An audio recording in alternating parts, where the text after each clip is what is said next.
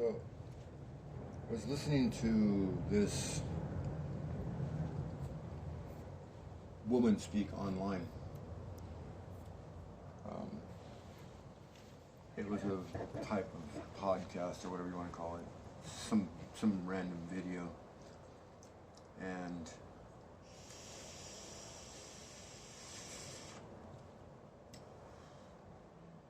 she was attempting to define who the enemies were. Enemies of things good and loving and compassionate. And she was pointing out specific individuals, but also she was pointing out groups. And she was claiming that there is a hierarchy of these malevolent entities. It's not even important whether she said they were human or alien or demonic. It doesn't even matter. What she was doing was she was trying to define a hierarchy of malevolent entities. And she was pointing out specific individuals, like I said, but also groups, and labeling these groups as militaries or soldiers or such as that, or what have you. So this got me to thinking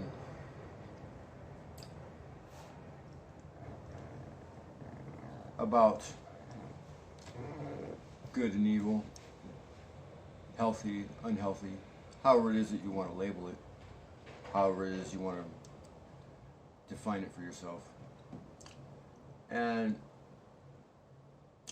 it's been my experience that the quote unquote good guys, they don't use language that will perpetuate fear,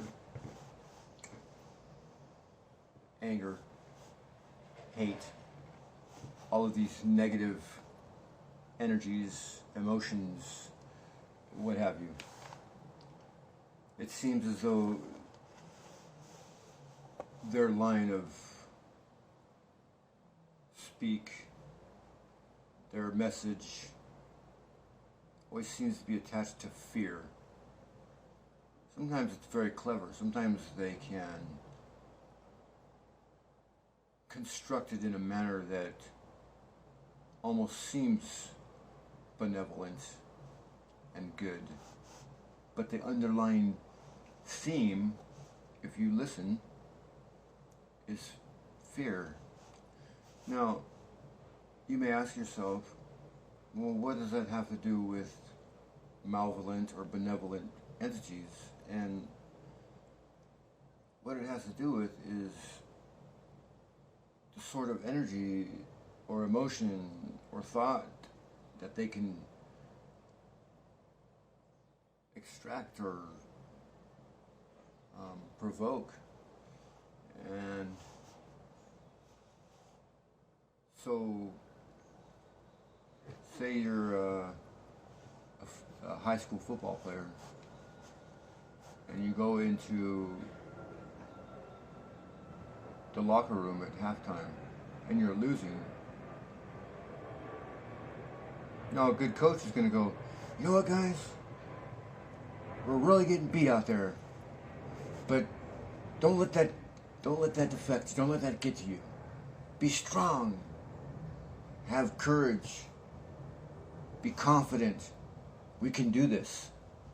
That's a good coach. That's somebody that is aware of the situation and the dire straits of it. But that isn't the line that's being fed. The line that's being fed is that, look, we might be down, but man, we can do this. Now that's a positive thing. There's nothing about, there's no fear there. In fact, even though they're losing, and they come out of the locker room, they're going to be all jazzed up and excited and like, yeah, we can do this. And that's really the essence of how you can tell where the individual that is speaking is coming from. If there's an underlying tone of fear, then don't listen to that individual. That person is not looking out for your best interest. That person is trying to scare you. And why? To establish a specific level of energy that is not only beneficial to the individual trying to feed it, but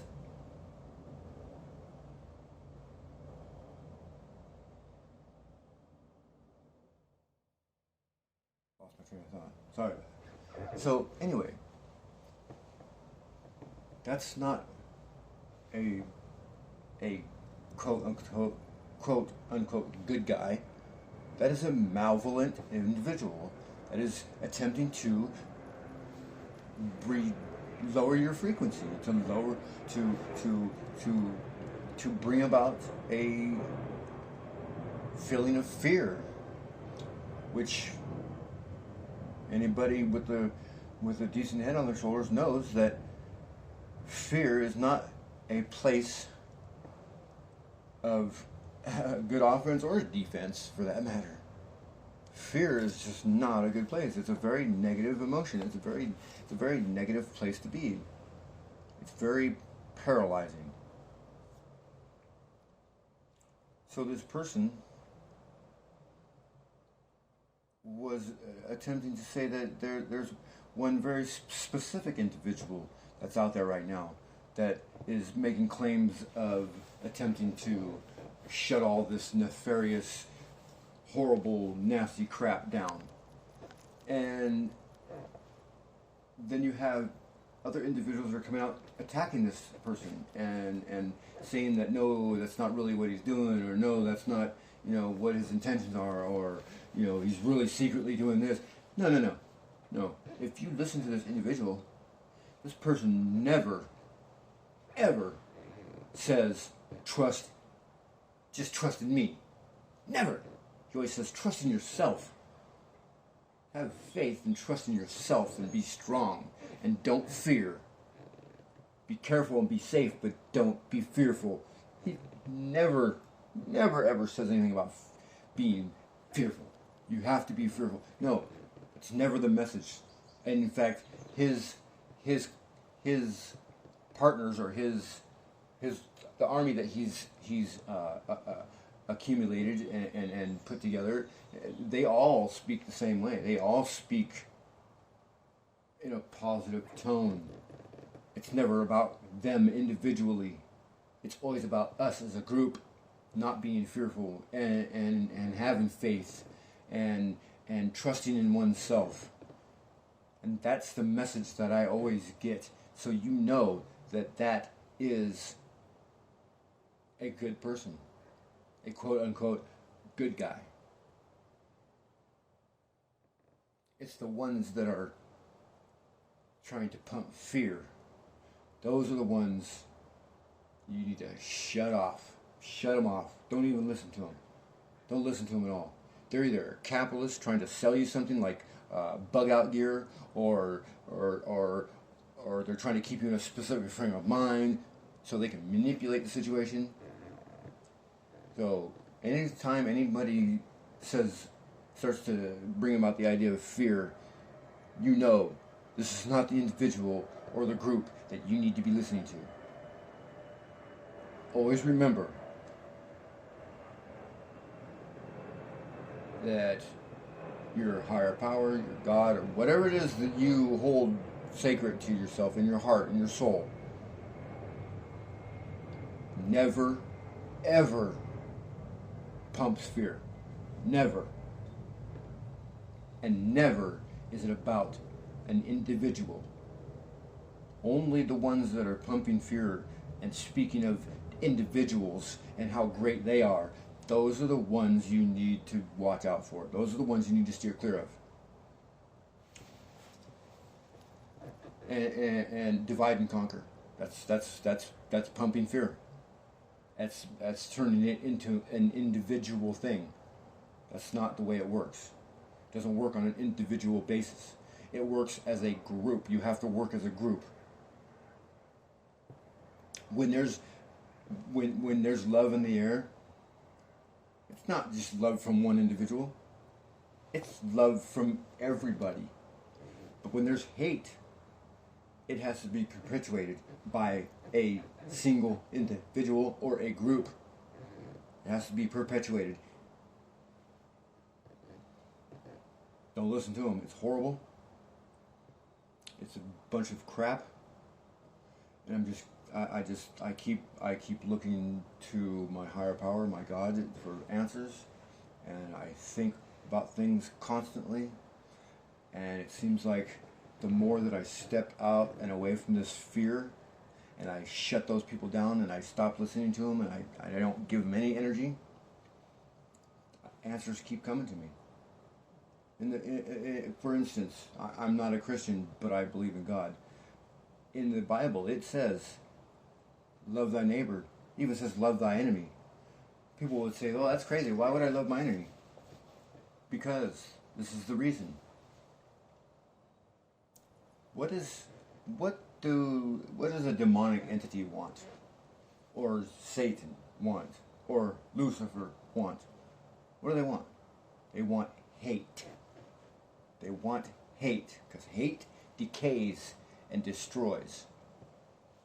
So these entities will do things to make you hate them, because that is the fuel. That is the decay. That is the control. Don't hate these entities. The only way to conquer these entities is to love them. Love them. Don't worship them. Love them. Worship is a completely different issue. Worship is, you worship idols, which are false gods. You love them with understanding that they are malevolent and nasty and are doing things to make you hate them. But if you do that, if you hate your enemies, you're doing exactly what they want. Exactly what they want. Because as long as you hate them, well, then there's going to be hate in the world. But as soon as you start loving them, not worshiping them, loving them, hate will disappear. And what happens when hate disappears? There's no place for them. There's nothing here for them. They disappear. Because the reality is, that's what they are, is hate. In all forms. So when God says to love thy neighbor, love thy enemy, and all of that, there's a reason. It's because love is the answer, and love is the way, and love is God, and God is love. So, don't hate Satan. Don't worship Satan. Love Satan. I sat down on the bus the other day. There was this older gentleman that I had run into several times. The first one or two times that I ran into him, I nodded, acknowledged that he was there. Hi, how you doing? Pleasantries and so forth. And come to find out that he had been in prison for an extended period, and that I had been in prison. And so this was this was something that we had in common, and the basis for a lengthened conversation, a future conversation. Well, through the numerous times that we encountered one another on the bus, finally the last time I met up with him and sat down next to him and we started chatting, it came out that he had been in prison for 25 years because of a sex offense. Now, my first thought is going to be, God, I hate sex offenders, and that's disgusting, and I didn't want anything to do with him. But this is the issue.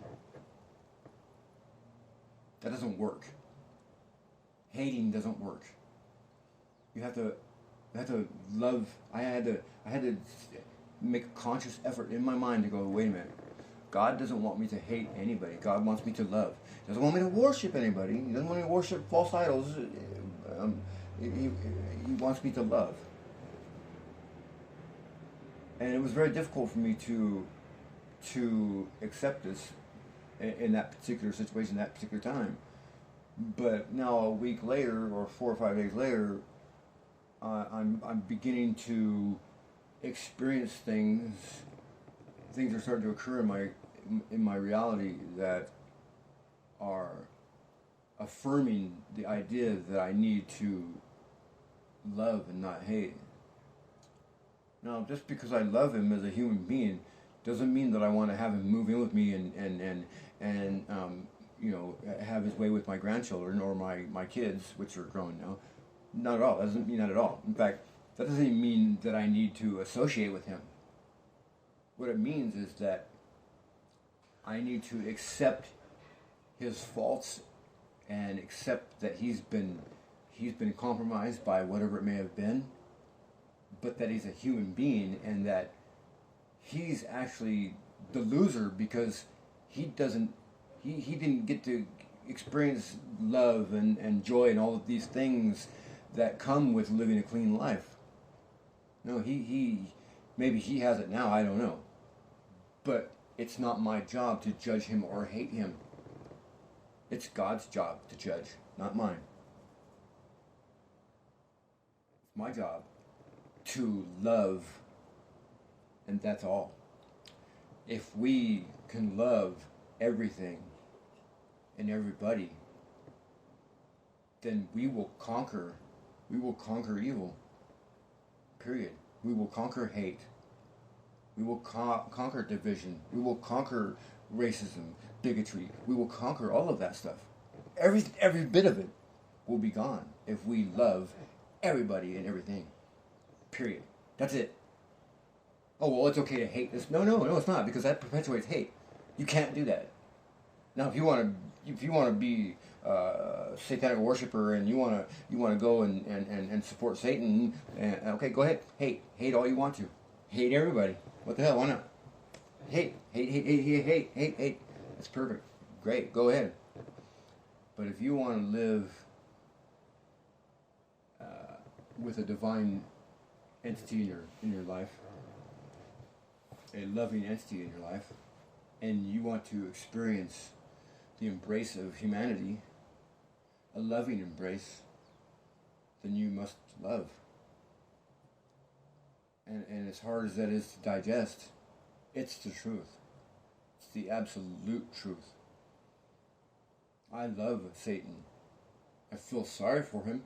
I feel sad for him because he decided to betray God and come down here and wreak havoc, and that he was never able to blossom into a full divine loving entity. I feel bad for him.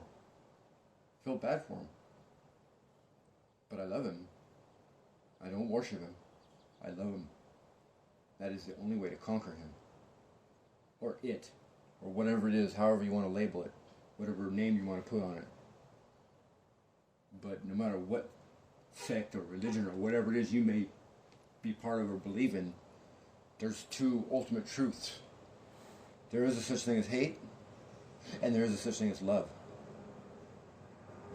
Which one do you want to experience? And which one do you want to live with? God bless you. I love you.